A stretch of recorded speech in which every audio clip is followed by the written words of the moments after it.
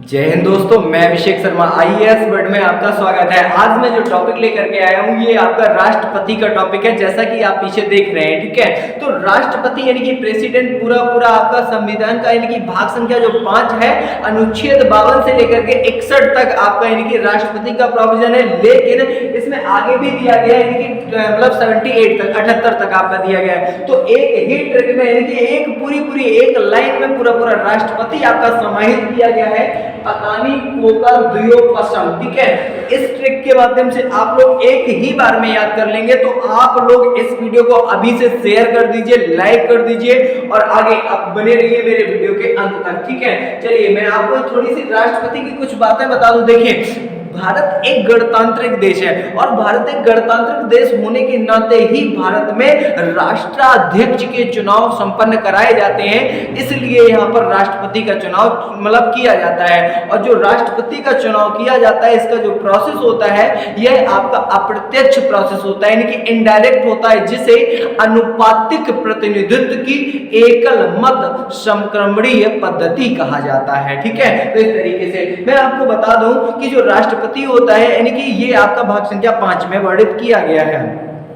राष्ट्रपति देश का प्रथम नागरिक माना जाता है। भारत का प्रथम नागरिक अगर पूछे तो कौन होता है, तो राष्ट्रपति होता है। वैसे ही राज्य का प्रथम नागरिक कौन होता है, तो राज्य का प्रथम नागरिक राज्यपाल होता है आपका। इसी प्रकार से अगर मैं आपसे एक प्रश्न पूछ लूं कि विश्व का पहला नागरिक कौन होता है, ये आप ऑप्शन में कमेंट सेक्शन में इसका आंसर दीजिए कि विश्व का पहला नागरिक कौन माना जाता है आपका। ठीक है, और मैं आपको थोड़ा सा बता दूं कि जो राष्ट्रपति होता है ये शक्ति की तुलना में सम्मान का प्रतीक होता है। यानी कि जो राष्ट्रपति का जो पद होता है इसमें शक्तियां नहीं होती हैं इतनी, लेकिन सम्मान बहुत ज्यादा होता है। तो शक्ति की तुलना में सम्मान का प्रतीक होता है और संघ की कार्यपालिका का प्रमुख भी राष्ट्रपति को माना जाता है। लेकिन अगर इससे यह पूछ ले कि वास्तविक प्रमुख किसे माना जाता है, तो वास्तविक प्रमुख आपका प्रधानमंत्री को माना जाता है। क्यों? क्योंकि वास्तविक प्रधानमंत्री ही होता है और संवैधानिक प्रमुख राष्ट्रपति आपका होता है। ठीक है, और यह भी संसद का ही एक ऑर्गन होता है। ठीक है,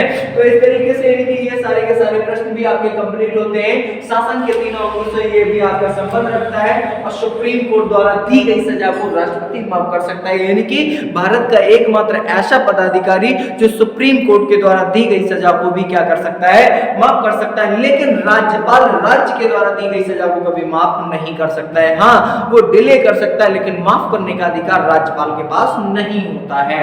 और ये सबसे अधिक अगर मैं बात करूं, सबसे अधिक सजाएं माफ करने का श्रेय प्रतिभा देवी सिंह पाटिल जी के पास है। ठीक है, चलिए आगे बढ़ते हैं।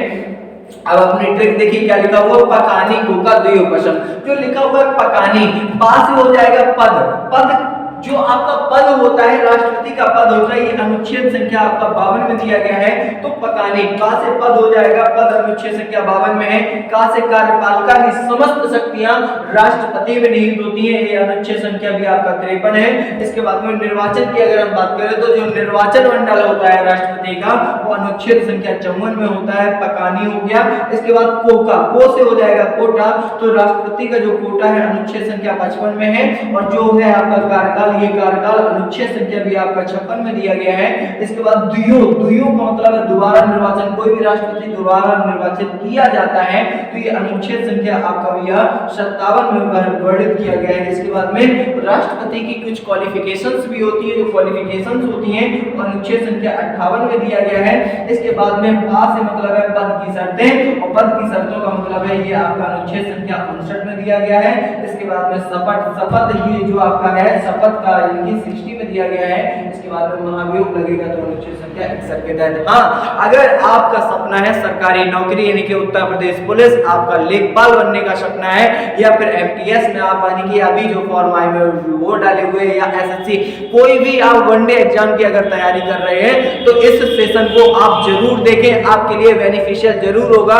यहाँ से एक प्रश्न जरूर पूछा जाता है, तो आप बने रहिए वीडियो के अंत तक। मैं अभी आपको उंगलियों में ही पूरा राष्ट्रपति खत्म कर दूंगा। ठीक है, तो देखिए जो राष्ट्रपति का पद होता है, अगर हम ये बात करें कि राष्ट्रपति का पद कहां से लिया गया है, तो राष्ट्रपति का पद आपका अमेरिका से लिया गया है। लेकिन अगर हम ये बात करें पद की शक्तियां कहां से ली गई हैं, तो राष्ट्रपति के जो पद की शक्तियां हैं वो आपकी ब्रिटेन से ली गई है। मैं थोड़ा सा इसको समझाते हुए भी आगे बढ़ूं कि जो पद है, जैसे पद तो आपने भी अमेरिका से ले लिया, लेकिन जो उसकी शक्तियां होती है वो अपने ब्रिटेन से ली। क्यों? क्योंकि अमेरिका का जो राष्ट्रपति होता है वो ज्यादा पावरफुल होता है और भारत का राष्ट्रपति उतना पावरफुल नहीं होता है, इसलिए हमने पद लिया है, लेकिन पद की मतलब जो आपकी शक्तियां हैं वो हमने ब्रिटेन से ली हुई है, यूनाइटेड किंगडम यूके से ली हुई है।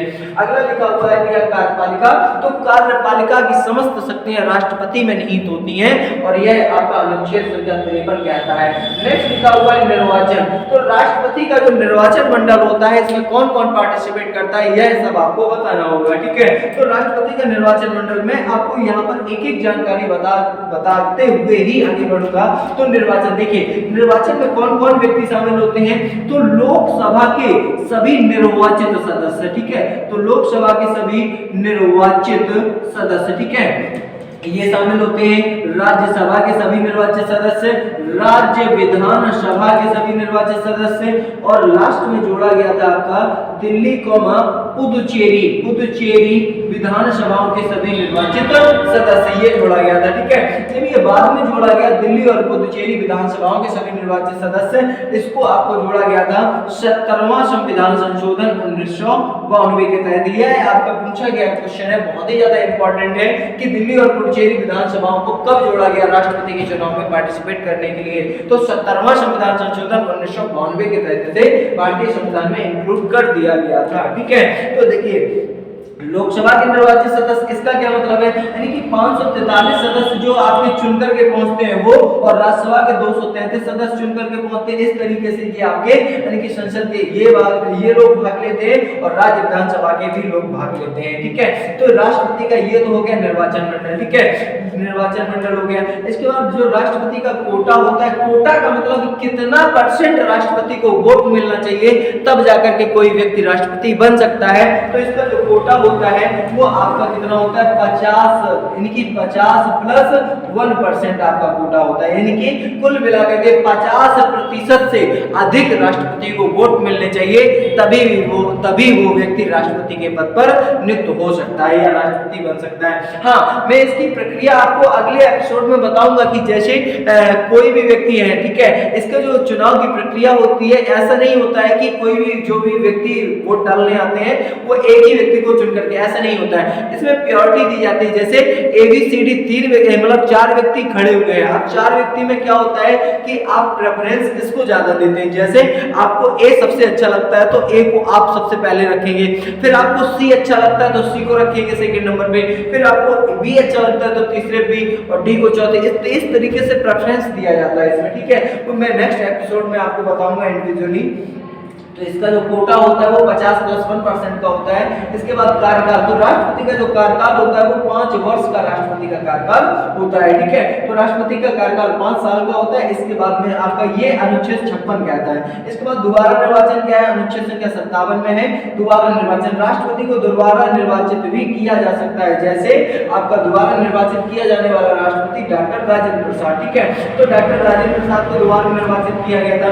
इसके बाद में है योग्यता बोले तो भैया राष्ट्रपति की क्वालिफिकेशंस क्या होनी चाहिए, तो राष्ट्रपति की जो क्वालिफिकेशंस है ये अनुच्छेद 58 कहता है। और क्वालिफिकेशंस में मैं आपको बता दूं, जैसे भारत का नागरिक हो, 35 वर्ष की उम्र पूरी कर चुका हो, लोकसभा सदस्य बनने की योग्यता रखता हो, और आपका एक होता है किसी भी लाभ के पद पर ना हो, ठीक है, यानी कि कोई भी गवर्नमेंट जॉब ना कर रहा हो, ठीक है। और ये आपका इनकी योग्यता में देता है, ठीक है। तो इतनी 4 सारी इसकी योग्यता होनी चाहिए। भारत का नागरिक हो, 35 साल की उम्र पूरी कर चुका हो, लोकसभा सदस्य बनने की योग्यता रखता हो, और लाभ के पद पर ना हो। लाभ के पद पर है या नहीं है, इसकी पुष्टि सुप्रीम कोर्ट के द्वारा की जाती है, ठीक है।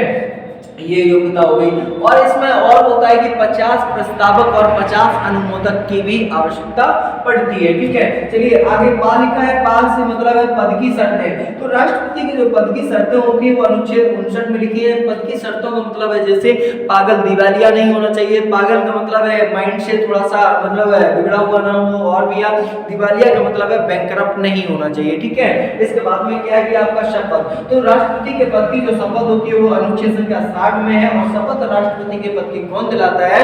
तो शपथ हमेशा राष्ट्रपति के पद की कौन दिलाता है?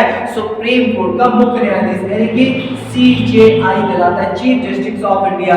बाई चांस भी राष्ट्रपति को शपथ दिलवानी है और चीफ जस्टिस भी कहीं घूमने गए तो भी यहाँ पर भी कौन दिलाएगा?